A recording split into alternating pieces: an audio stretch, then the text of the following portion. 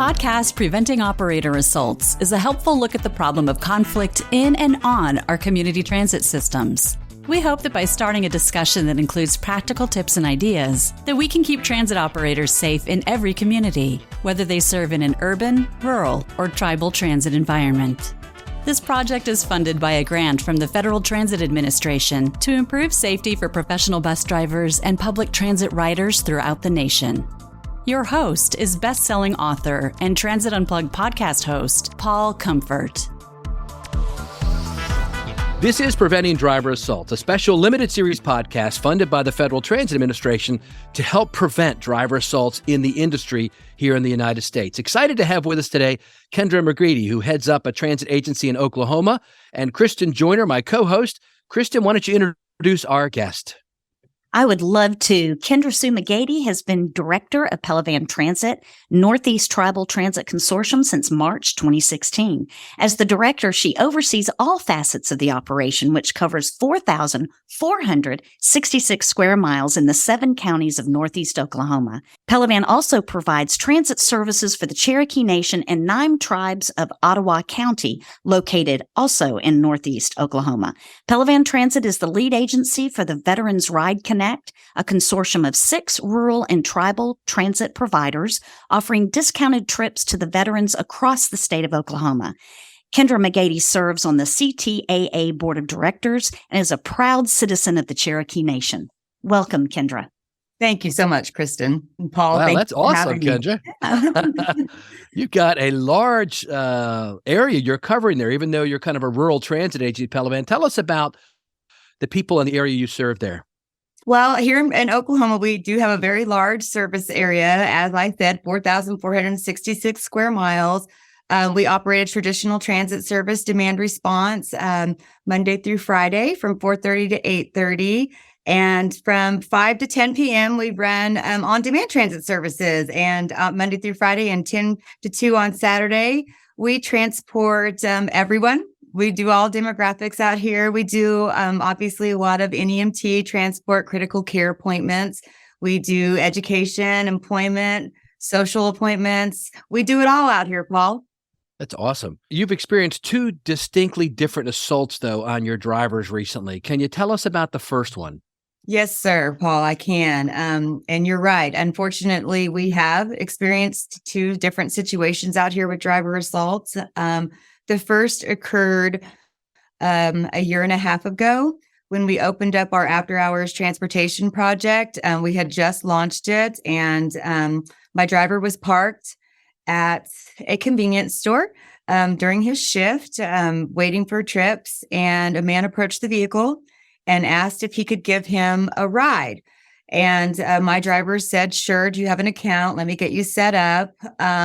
And as he called our call center to begin creating an account for this individual so that we could get him to where he needed to go, it was discovered that the individual wanted to go to a casino, which was outside of our service area.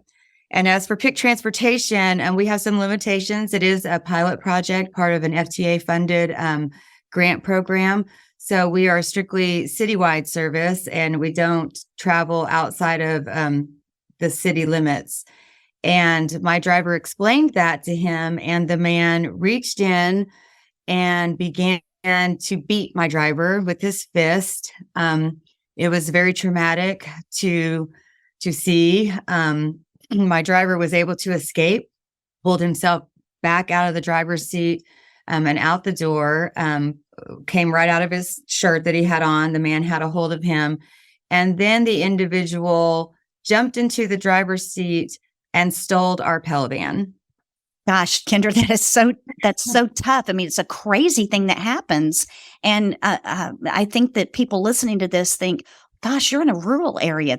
Surely this kind of thing doesn't happen in the rural area, but we know that it does. Is your driver okay? My driver is okay. Thank you so much for asking. But again, a very traumatic experience for him, as you could imagine. We did have to go through the legal system to get the individual prosecuted, which was a painful experience to relive that moment for my driver as well, and for the staff. It's a traumatic thing to have a driver. He was beaten, and it was very traumatic. And he's a young man. He was 23 years old. So in my aged mind, that's just a kid, so it was a terrible situation. So, Kendra, I know in hearing your story before, there are certain things that you helped him with and you asked him about, and it was interesting what he said he needed and what you were willing to provide. So, what happened after? Well, obviously, we were very upset as an association and wanted to support our driver in any way that we could. And we offered him, time off and any kind of therapy or counseling that he might need, which he did not accept. I did force him to take one day off after that. But the biggest thing was that his glasses were broke in the assault. And he said, really, the only thing that I need is that my glasses were broken. And that's unfortunate. And so we replaced his glasses for him. And that was really all he wanted because he's a dedicated driver. And I was very concerned. As you know, there's a driver shortage that we've all been experiencing across the board. So I was very surprised that he wanted to come back so quickly. He really likes his job. He likes what he does. And I was very pleased to see that. So we were lucky to keep William. He's still a driver for us. That's good. Did law enforcement step in and resolve the situation eventually? If he stole yes. the vehicle, the guy stole the vehicle. Did he get to the casino finally? Actually, Paul, he did. We found the vehicle at the casino later that night.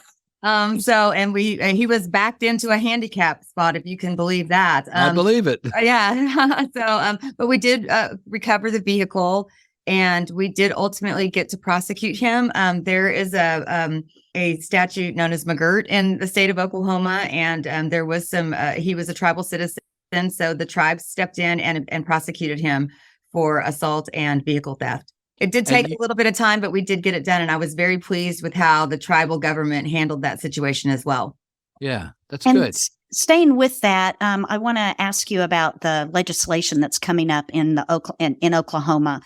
You guys are working on some legislation for drivers and driver assault, correct? Yes, we are. We've experienced, I am, to my knowledge, the only rural provider, luckily, that has experienced something like this in Oklahoma, but we've seen a number of our urban systems, both of our urban systems have had drivers who have been victim of assault. So we are rallying the state legislator to enforce stiffer penalties on individuals who commit assault against transit drivers. Good. And you had another incident, though, too, which was a verbal assault. Tell us a little about that one. Yes. Again, unfortunately, another incident, but it was interesting how one led into the other. After the original assault, what we did was, I'm sure you're familiar with the CTAA, the Community Transportation Association of America. They offer some great trainings. And so I started implementing them into my driver hiring process because I realized that it was something that we needed to do.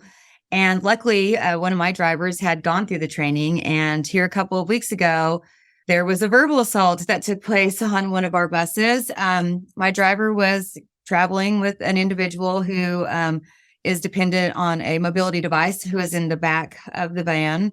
And something fell off of his, they keep their bags and things. You know how drivers have their little spot. And apparently a folder fell off and dumped over on the lady, which is unfortunate. And I'm sorry that happened if it was traumatic for her. And she began to scream and wanted out of the vehicle immediately, demanding that he stop and let her out. He was in the middle of an intersection. He remained very calm and told her that he could not do that. It was a Sooner Ride trip. And as you know, you are required by law to get the individual to where they need to go. So he was trying to get her home, but pulled over. During that time frame, it happened very quickly, getting from the stoplight to where he could finally stop with this hysterical passenger. She called her husband and began to scream about my driver, saying that he was holding her against her will, which is a concerning thing to hear as a public transit director when the driver called in and followed the protocols that we put into place after the original assault. And we were able to get the police on the scene quickly. A man showed up, her husband showed up. He had a weapon on him, which is also very scary, and was not wielding his weapon, but had it strapped onto his belt, which is a very intimidating and threatening thing for a driver or any individual, and was screaming and cussing and just hysterical with our driver, asking him to get out of the car, saying that he was holding his wife against his will.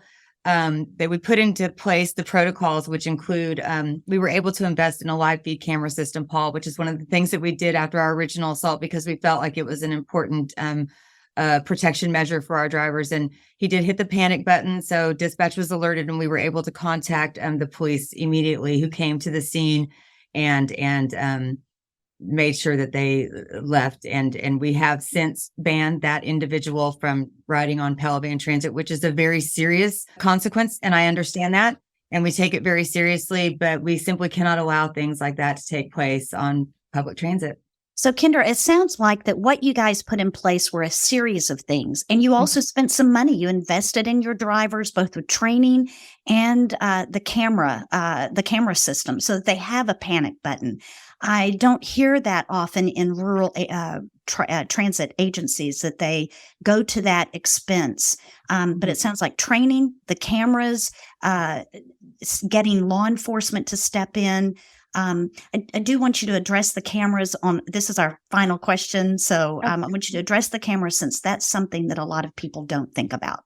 Well, you are absolutely right when you say that it is a very big purchase. I had personally never written a check like that before, but we felt like it. So that was a big deal. But again, just felt like it was very necessary to the safety of our drivers and our passengers. As you stated earlier, I think this is something that we haven't seen a lot in rural transit, but I'm of the opinion that just the overall atmospheric high anxiety that has plagued our nation and our planet seemingly for the last couple of years is really contributing to what is taking place. And I think that no one is safe from an incident like this occurring. So we felt it was necessary to do that. The training came in very handy. I was very, very pleased with the way that my driver handled the verbal assault. We are human beings. We have a flight or fight nature. And I think that he really put his training into place. He remained calm. He spoke softly, and he followed protocols, which is to alert dispatch immediately. And also he trusted us to do our part to make sure that he was safe as well. That's great, Kendra. Thank you so much for sharing your story with us today and some of the lessons learned for transit agencies across the Fruited Plain. And thanks for being with us today on Preventing Driver Assaults, as we bring you in-depth interviews with people who are helping us do just that, prevent driver assaults. Thank you, Kristen Joyner, Kendra McGeady, for being our guest today on this podcast. Thank you so much for having me, Paul. Thank you, Kristen.